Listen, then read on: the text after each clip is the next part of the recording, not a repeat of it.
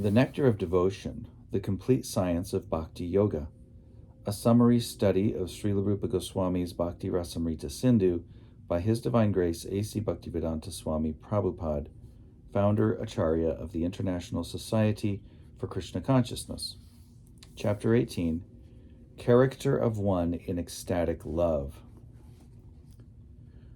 Rupa Goswami next describes the characteristics of a person who has actually developed his ecstatic love for Krishna. The characteristics are as follows. 1. He is always anxious to utilize his time in the devotional service of the Lord. He does not like to be idle. He wants service always, 24 hours a day without deviation. 2. He is always reserved and perseverant. 3. He is always detached from all material attraction. 4. He does not long for any material respect in return for his activities. 5. He is always certain that Krishna will bestow his mercy upon him. 6. He is always very eager to serve the Lord faithfully. 7. He is very much attached to the chanting of the holy names of the Lord. 8. He is always eager to describe the transcendental qualities of the Lord. 9. He is very pleased to live in a place where the Lord's pastimes are performed, such as Mathura, Vrindavan, or Dwarka. Utilization of time. An unalloyed devotee who has developed ecstatic love for Krishna is always engaging his words in reciting prayers to the Lord.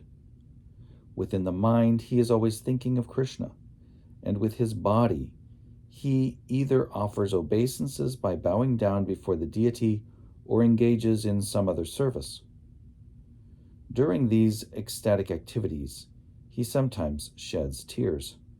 In this way, his whole life is engaged in the service of the Lord, with not a moment wasted on any other engagement. Perseverance. When a person is undisturbed, even in the presence of various causes of disturbance, he is called reserved and perseverant. An example of this perseverance and reservation is found in the behavior of King Parikshit, as described in the first canto, 19th chapter, verse 15 of Srimad Bhagavatam. The king says there to all the sages present before him at the time of his death, "My dear Brahmanas, you should always accept me as your surrendered servant. I have come to the bank of the Ganges just to devote my heart and soul unto the lotus feet of Lord Krishna. So please bless me, that Mother Ganges may also be pleased with me. Let the curse of the Brahmana's son fall upon me, I do not mind. I only request that at the last moment of my life, all of you will kindly chant the holy name of Vishnu, so that I may realize his transcendental qualities." Unquote. This example of Maharaj Parikshit's behavior, his remaining patient, even at the last point of his life, his undisturbed condition of mind, is an example of reservation. This is one of the characteristics of a devotee who has developed ecstatic love for Krishna. Detachment. The senses are always desiring sense enjoyment, but when a devotee develops transcendental love for Krishna, his senses are no longer attracted by material desires. This state of mind is called detachment. There is a nice example of this detachment in connection with the character of King Bharat. In the 5th canto, 14th chapter, verse 43 of Srimad Bhagavatam, it is stated, quote, "Emperor Bharat was so attracted by the beauty of the lotus feet of Krishna that even in his youthful life he gave up all kinds of attachments to family, children, friends, kingdom, etc., as though they were untouchable stools." Unquote. Emperor Bharat provides a typical example of detachment. He had everything enjoyable in the material world, but he left it.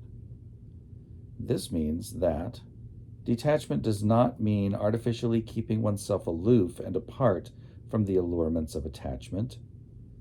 Even in the presence of such allurements, if one can remain unattracted by material attachments, he is called detached. In the beginning, of course, a neophyte devotee must try to keep himself apart from all kinds of alluring attachments. But the real position of a mature devotee is that even in the presence of all allurements, he is not at all attracted. This is the actual criterion of detachment. Pridelessness. When a devotee, in spite of possessing all the qualities of pure realization, is not proud of his position, he is called prideless. In the Padma Purana, it is stated that King Bhagirath was the emperor above all other kings, yet he developed such ecstatic love for Krishna that he became a mendicant and went out begging even to the homes of his political enemies and untouchables. He was so humble that he respectfully bowed down before them. There are many similar instances in the history of India. Even very recently, about 200 years ago or less, one big landlord, known as Lal Babu, a Calcutta landholder, became a Vaishnava and lived in Vrindavan. He was also begging from door to door, even at the homes of his political enemies. Begging involves being ready to be insulted by persons to whose home one has come. That is natural. But one has to tolerate such insults for the sake of Krishna. The devotee of Krishna can accept any position in the service of Krishna. Great hope. The strong conviction that one will certainly receive the favor of the Supreme Personality of Godhead is called in Sanskrit Asha Bandha. Asha Bandha means to continue to think. Quote, because I'm trying my best to follow the routine principles of devotional service, I am sure that I will go back to Godhead, back to home, unquote. In this connection, one prayer by Rupa Goswami is sufficient to exemplify this hopefulness. He says, quote, I have no love for Krishna, nor for the causes of developing love for Krishna, namely hearing and chanting. And the process of bhakti yoga, by which one is always thinking of Krishna and fixing his lotus feet in the heart, is also lacking in me. As far as philosophical knowledge or pious works are concerned, I don't see any opportunity for me to execute such activities. But above all, I am not even born of a nice family. Therefore, I must simply pray to you, Gopi Jan Vallabha, Krishna, maintainer and beloved of the gopis. I simply wish and hope that some way or other I may be able to approach your lotus feet, and this hope is giving me pain, because I think myself quite incompetent to approach that transcendental goal of life, unquote. The purport is that under this heading of Asha Bandha, one should continue to hope against hope that some way or other he will be able to approach the lotus feet of the Supreme Lord. Eagerness for achieving the desired success. When one is sufficiently eager to achieve success in devotional service, that eagerness is called samutkanta. This means complete eagerness. Actually, this eagerness is the price for achieving success in Krishna consciousness. Everything has some value, and one has to pay the value before obtaining or possessing it. It is stated in the Vedic literature that to purchase the most valuable thing, Krishna consciousness, one has to develop intense eagerness for achieving success. This intense eagerness is very nicely expressed by Bilva Mangala Thakur in his book, Krishna Karnamrita. He says, quote, I am eagerly waiting to see that boy of Vrindavan whose bodily beauty is captivating the whole universe, whose eyes are always bounded by black eyebrows and expanded like lotus petals, and who is always eagerly glancing over his devotees, and therefore moving slightly here and there. His eyes are always moist, his lips are colored like copper, and through those lips there comes a sound vibration which drives one madder than a mad elephant. I want so much to see him at Vrindavan, unquote. Attachment to chanting the holy names of the Lord. In the same Krishna Karnamrita, there is another statement about the chanting of Radharani. It is said by one of the associates of Radharani, quote, O Lord Govinda, the girl who is the daughter of King Vrishabhanu is now shedding tears, and she is anxiously chanting your holy name, Krishna, Krishna, unquote. Eagerness to describe the Lord's transcendental qualities. Attachment for chanting the glories of the Lord is also expressed in the Krishna Karnamrita as follows, quote, What shall I do for Krishna, who is pleasing beyond all pleasurable conceptions, and who is naughtier than all restless boys? The idea of Krishna's beautiful activities is attracting my heart, and I do not know what I can do, unquote. Attraction for living in a place where Krishna has his pastimes. In the book Padyavali by Rupa Goswami, there is the following statement about Vrindavan, quote, In this place the son of Maharaj Nanda used to live with his father, who was king of all cowherd men. In this place Lord Krishna broke the cart in which the Shakat Asur demon was concealed. At this place, Damodar, who can cut the knot of our material existence, was tied up by his mother Yashoda, unquote. A pure devotee of Lord Krishna resides in the district of Mathura or Vrindavan and visits all the places where Krishna's pastimes were performed. At these sacred places, Krishna displayed his childhood activities with the cowherd boys and Mother Yashoda. The system of circumambulating all these places is still current among devotees of Lord Krishna, and those coming to Mathura and Vrindavan always feel transcendental pleasure. Actually, if someone goes to Vrindavan, he will immediately feel separation from Krishna, who performed such nice activities when he was present there. Such attraction for remembering Krishna's activities is known as attachment for Krishna.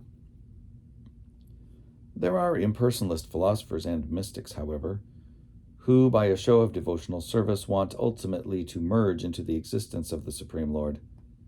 They sometimes try to imitate a pure devotee's sentiment for visiting the holy places where Krishna had his pastimes, but they simply have a view for salvation, and so their activities cannot be considered attachment.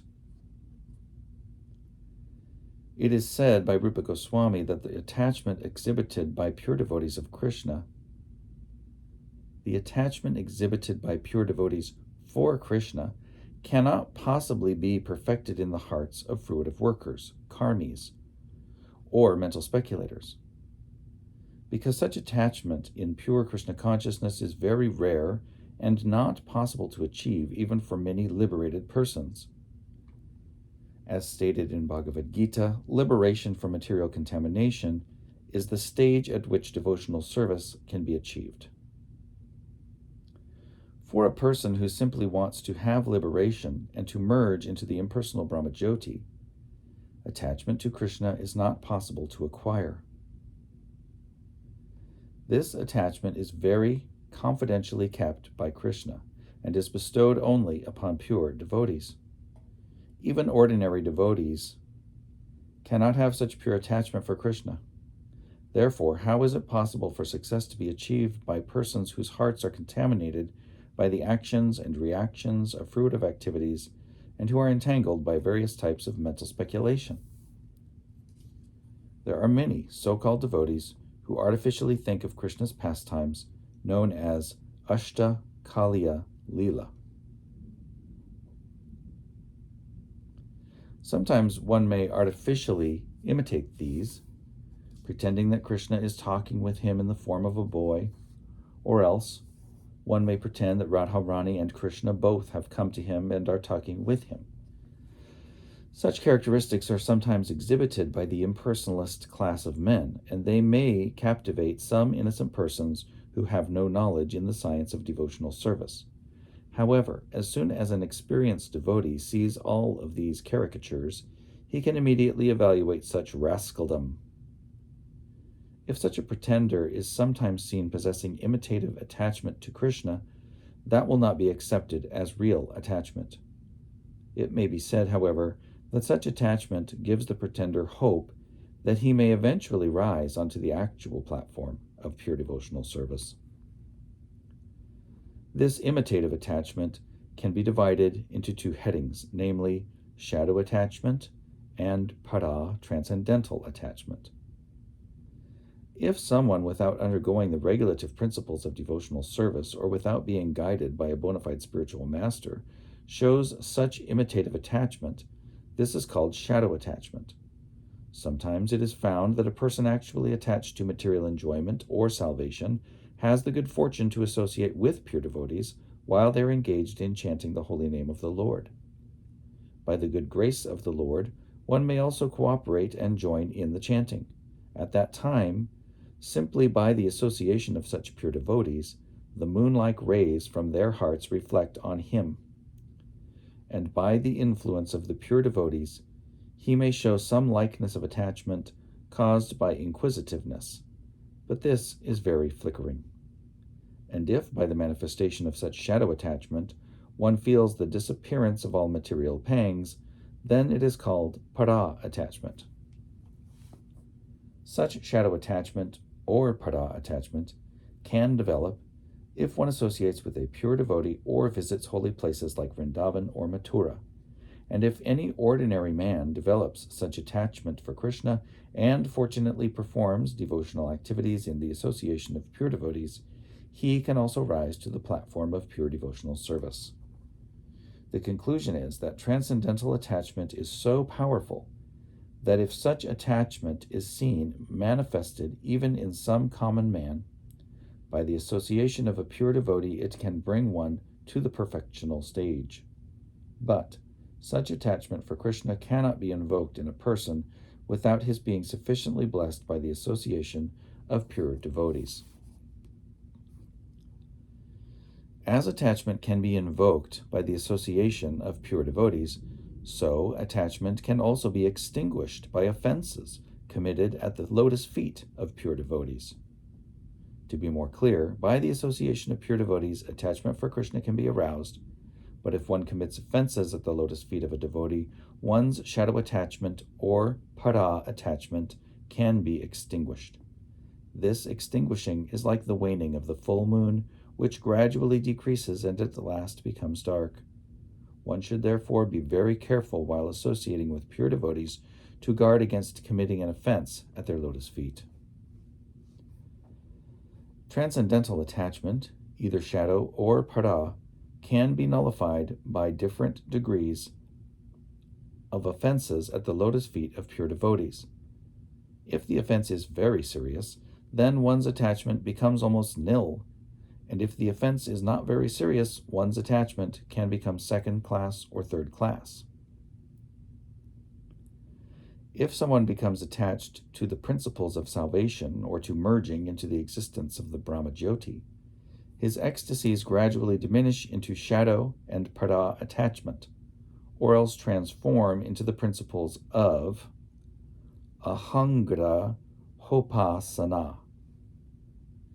This ahangra hopasana describes a living entity when he begins spiritual realization by identifying himself with the Supreme Lord. This state of self-realization is technically known as monism. The monist thinks himself one with the Supreme Lord. Thus, because he does not differentiate between himself and the Supreme Lord, it is his view that by worshiping himself, he is worshiping the Supreme Whole. Sometimes it is found that a neophyte is taking part in chanting and dancing very enthusiastically, but within himself he is under the impression that he has become one with the Supreme Whole. This conception of monism is completely different from pure transcendental devotional service.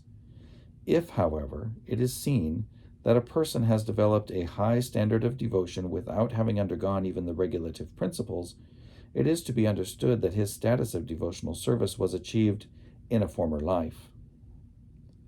For some reason or another, it had been temporarily stopped, most probably by an offense committed at the lotus feet of a devotee.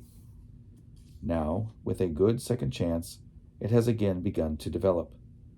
The conclusion is that steady progress in devotional service can be attained only in the association of pure devotees.